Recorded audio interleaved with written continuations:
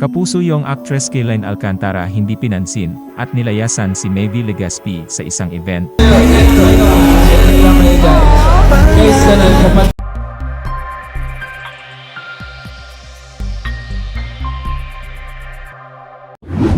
Bagamat wala pang kumpirmasyon ang kanilang relasyon, ay maraming nagsasabing hiwalay na ito sa kanyang rumored boyfriend na si Maevie Legaspi.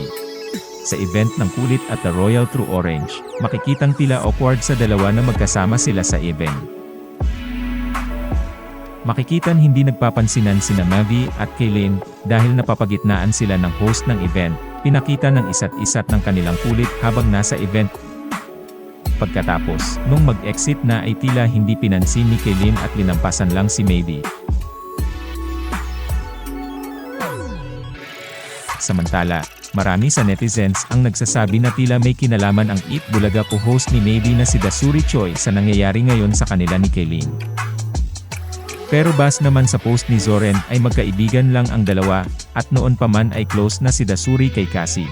May mga chika ring kumakalat sa Twitter na may attitude raw si Kayleen na maaaring naging sanhi ng hindi pagkakaunawaan sa pagitan nilang dalawa. Wala pa naman kumpirmasyon o pahayag na inilalabas ng mga kampong involved sa isyung ito.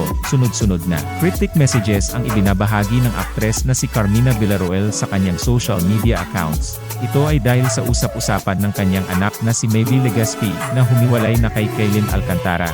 Noong Nobyembre, nag-post si Carmina sa X, dating Twitter, ng black and white na imahe ng aktor na si Morgan Freeman, na may salita na nakadirekta kay Maevie at sa kanyang kambal na kapatid na si Cassie. People can destroy your image, damage your personality, create rumors about you, but they can never take away your good deeds, because no matter how they describe you, you will always be admired by those who know you best. Ayon sa Bulgar online tabloid, may nakapagsika sa kanila na nakarating pala kay Carmina Villarroel ang diumano'y sobrang pagiging selosa ni Kayleen Alcantara, kaya't may moment umano na nasasaktan nito physically si Maevie Legaspi, hindi naman battered boyfriend, kaya lang kapag daw tinutupak si Kayleen, basta-basta na lang nitong nasasaktan si Maevie. Nandunong kurutin, hampasin ng kung anong madampot o di kaya ipagtampuhan. Lalo na raw kapag may naririnig itong ibang babae na umano'y napapalapit kay Maevie, ang litanyang kwento ng aming kausap.